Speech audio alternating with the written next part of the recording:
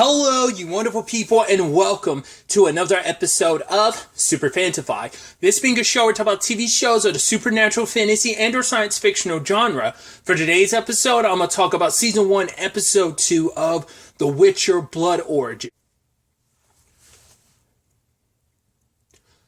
A lot of really interesting things went down in this episode, so let's break it down. Well, first and foremost, we've got our proper introduction to Meldorf, and it's interesting.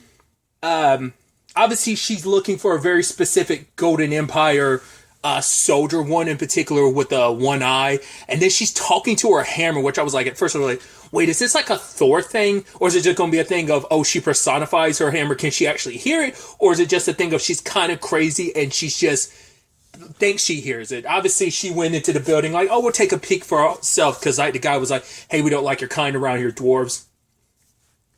Obviously, there's not enough elves to really know. Like, I don't know if this is like a very I don't know, because I was about to say in The Witcher it's kind of like, you know, humans and dwarves, but I'm also like there's not enough elves to really know if like present day dwarves and elves have beef like that, or is that just a very, very old situation. But either way, she busts into the place, starts hammering away at people, trying to find the guy, and just love like, it's like, oh well, he wasn't here, but we'll find him. And then she ended up tracking the guy down and murdering him. And it's not until she kind of, you know, tells her story a little bit after she's murdered him that I was like, that's what the Gwen situation is. Her hammer is Gwen because it's a Negan situation. If you're unfamiliar with The Walking Dead, I don't know if this is true to the comics. I just know it's true to at least the TV show. Negan's bat is called Lucille because it's named after his now dead wife. It seems like Meldorf's in the same situation. Her love was Gwen, and this soldier raped and murdered her because he has a thing for dwarves. So the question is, had he murdered anyone else, or was Gwen the only victim? Like, I mean, who's to say? But it doesn't matter because he picked the wrong person. And Meldorf, I wonder, was she like a warrior, or did she just is like, no, I'm just driven by revenge, which everyone's kind of driven by revenge in this story. But to me, that's so horrendous. It's just, and she left a message after she murdered him and left it on the wall. Because she had said, like, right, when it's all said and done, the only thing we ever have, like, are the pieces we leave of ourselves. And she talks about, like, Gwen and, like, how she's like, oh, I can know Gwen's been somewhere. And like, even when she's halfway across the street, because it's, like, the scent of, like, winter berries and other stuff. She's like, I never found out how she quite really never knew how she did that. But it's like, all right, she was my love, and this guy, this monster, took her away from him. And now it's from away from her, and she left a message saying, like, right, this guy is a rapist and a murderer, and it was me, Gwen, who put him in his place. So, as I guess like losing the person you love, like, who knows what Meldorf's mental state was like before it, but it seems like she went kind of off the deep end. I mean, understandably, after losing her love. I mean, she's literally talking to her hammer like it is her love, and it's just, that's a really sad backstory. Then we circle back to, obviously, at the heart of all of this is Zentrea, and obviously things haven't gone the way fully that they've wanted because merchants are taking advantage of the situation because they're in a situation where they're kind of getting starved out because obviously, I forgot the ins and outs of it. It's like, the merchants aren't really selling their grains and stuff like that, so Zentrea is going to be running out of food. And it's like, right, people who are hungry can most likely like rise up in rebellion. So it's like, it's kind of like almost a free for all in some regards of like, yes, they've got a lot of places under their control, but there's still other places kind of hampering them, especially around the merchant side of things. So it's up to Aridin to kind of rein it all back in, and we find out his lover caused some issues, but it's like, I don't think it's even like a gay thing. I think it's like, oh, because you're a higher ranked official as a commander and you're dating kind of a quote unquote low ranked merchant. But it's also like he told his lover about the merchant situation because Balor was kind of like, cool, you can either make them cake and kind of appease them, or we can go ahead and hang them and make an example of them, which is like, well, we see that that's kind of in full display and play, in the Nilfgaard playbook, obviously, with how they handled stuff, especially with the elves and stuff. So it feels like that was almost purposeful. That Bal, I mean, it's medieval times, so I'm sure that's meant to be the point. But it's like specifically hanging them to kind of use them as display. I'm sure that's a tactic in any capacity. But like I said, we've seen it in the OG show represented by Nilfgaard doing that to the elves last season. So those, they believe like, oh, are you the traitor? Are you the spy? Yada yada, so on and so forth type of situation. Like I said, just the fact is that that's kind of a go-to tactic. It's just, I think, kind of speaks volumes. But Zentria is in a very terrible place because of the food situation. And like I said, people are starving, and the last thing you want is starving people. Like, that's less people rallying around you and more people who could fall into dissent against you, against this golden empire, especially for Merwin, who is completely unaware because she's been isolated on the inside, because she had her ideas of what this was all going to be, and that kind of all means nothing when she herself is under the thumb of Balor and Eridan's ambitions. So it's a thing of like, okay, she wants to go out there first and foremost because some guy tried to kill her, because it's like, right, we're starving out here, but you're all staying plump, like you guys get taken care of. Because even later on, Eridan's like, yeah, even the grain supplies in the castle are gone, so they are like at the end of their ropes in that capacity. So they need to kind of resolve this situation. But an apprentice name, was it Avila, who ends up saving her. And so it's like, cool, because you didn't really think about it, you just kind of went on instinct. This protect me means you're the one person I can trust, when literally everyone else I can't. I mean, Ket was all about kind of like, oh, I don't think you really should be doing this, Merwin. Now she has Balor and Eridan, and everyone else kind of falls more in line underneath them, so she can't really trust anyone else. But hey, you're kind of fearful of your life, because I know at the end of the day, once Eridan and Balor are done with me, they'll kill me. But because you're going to be my protector, because I signed you up for it, I've now put your life in danger. So now you're extra motivated to help me out, because in this process, you're going to be saving yourself too. It's like, that's super jacked up. It's like, I guess like Merwin thought that far ahead of like, oh, I'm going to force your hand. Like, oh, you're kind of scared and reluctant to do it. It's like, well, you're going to, because if you don't, you're going to most likely die too. So at least you're going to help me out of need of self-preservation. So he's like, cool. He's like, I'm going to die. I'm not this spy type of person. How am I supposed to keep an eye on Balor? She doesn't have to worry about the Eridan of it all. Still having Avila kind of be her agent of, spy, it benefits her in that regard. So even if Eridan doesn't always go the way she wants him to, especially with the way she kind of set things up, if he doesn't fall in line, she'll at least have someone keep an eye on him. So it's mainly about Balor at this point in time, because her and Eridan kind of formed their alliance. But it's like, Avalon's just like, yeah, I'm dying. Oh yeah, I'm sure as hell gonna die. It's like, you probably will, you poor bastard.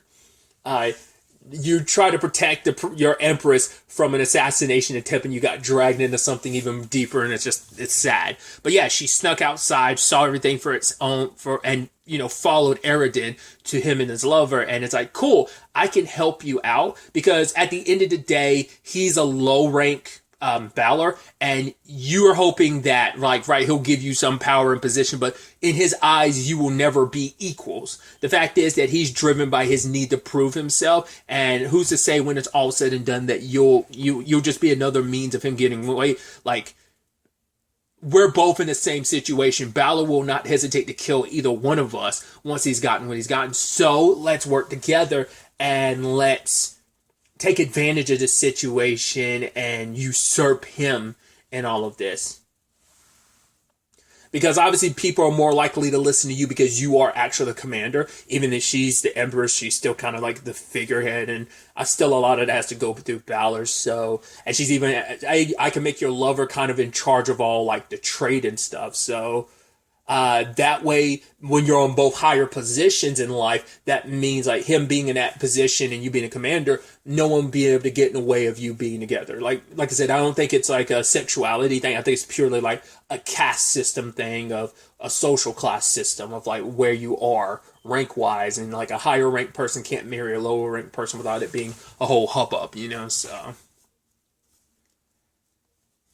It's quite the gamble, because it's like, are you willing to kind of bet everything on Merwin and her gamble? Because It's mostly because even it's like cool, it could all work out, or it could lead us all to a swifter death. So that's definitely going to be interesting to see what happens on that front.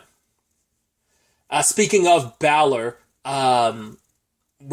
his true intention seems like he's trying to transform, because once again, it's like it's a lot of, I guess, not unwarranted insecurities, but because of the way, because why rank matters so much in this, because rank matters so much in this world, he's never been taken seriously enough. Like I said, I don't know if it's like where Merwin believes she can bring so much a true peace to everywhere. I don't know if Balor's just like, I've had to be at the bottom of the rank for so long and I can lead this world in the right direction, or is it just like, no, I'm a power hungry dude and I've never had power and I want power. Absolute power corrupts absolutely type of situation. Especially with the direction he's going, because he was willing to sacrifice some children to get some power, but it was just kind of a flicker. And I think it is important to notice that what did that chaos magic manifest itself as? Fire. It's supposed to be the most, dangerous one and the hardest one to control. So, but it was only a flicker, and the only way he'll get the real magic fully is by giving a true sacrifice. Which I wondered if it was going to be his right hand person, if she was going to be his true sacrifice. Like, what did that necessarily mean? Like, what is a true sacrifice for Balor? And this kind of goes back to a conversation I brought up last episode. It does seem like, obviously, there's magic in their world as it is pre-conjunction of the spears, but it seems like specifically he's getting chaos magic. So I guess because of all of this, it brought chaos magic into this world. I guess once again, it's that aspect of something, along with the monsters, I guess that energy flowed over into this world and became a part of this world during the conjunction of the spears. And that's where chaos ended up becoming a more prominent thing, where it's like magic was maybe, like I said, I don't know if it was something else beforehand, and then all the chaos came here and made it into what it is present day in like the Witcher universe. I don't know. They're not really going into details. I think that's maybe just something you're supposed to extrapolate on your own, and maybe I'm completely wrong in my understanding of that, but that's what it seems like. And this episode kind of leans more to that, because once again, asking about her chaos and everything and wanting that magic. So there's that. And obviously we pick up again with our trio of Ayla, Fjall, and Skian, and they're trying to find some cell swords to help them. But it's like, cool, that bank in the town, well, one place is ravaged by war, because it's like, well, we can't go there because it's three massive armies come together under one in the Golden Empire, and they're wiping out anyone that probably could stand a chance of even going against them. But even those who might have had a chance had a very slim chance. So going to have to go hire some help. But that didn't work out, because all the valuables and money and everything was robbed from the banks the moment everything went down. Soldiers sent by the Golden Empire track our heroes down, try to funnel them in, and things got bloody, and kind of some neat teamwork. Or just kind of like, right, Fjall and Skian like out front with the shields, and obviously anyone slips through or they let them through, and Ayla kind of like, stabs them up. So, and then, forced into a corner, they were almost burned to death. So, which I'm sure that was a little triggering for Ayla, as we learned later on her connection with like burning alive. We'll get to that in a second, but I'm surprised that it triggered even more, but maybe it did. And now we have more context of like, oh, that had to be very traumatic for you, almost being burned alive again. So managed to get out, but Skian is like poisoned injured, but poisoned by one of the blades, and they end up running into Callan, aka Brother Death, which interesting, because he was like, when they were after they found out about what happened in Zentria and everyone being dead and stuff like that, one of the guys who, I think Callan was that guy that was sitting across from him when the guy was like, oh, have you seen these people? And he looked across, and Fjall and Ayla were already gone. I believe that was Callan. He's been following them ever since then. So, but he's willing to help them because he wants to make the Golden Empire pay. I mean, just like Meldorf got her revenge, but like that experience, I don't know if all the other elves, like I said, like elves and dwarves, I don't really know their full circumstances. It seems like it's kind of like, I don't think it's just the asshole elves that look down on dwarves. It might just be a general consensus of like, that's just how it is in this time frame. But this whole thing made Meldorf not want to probably had every reason to be done with elves. And as a voiceover says, right, she was done with elves, but they weren't done with her, as she's going to eventually get drawn into all of this.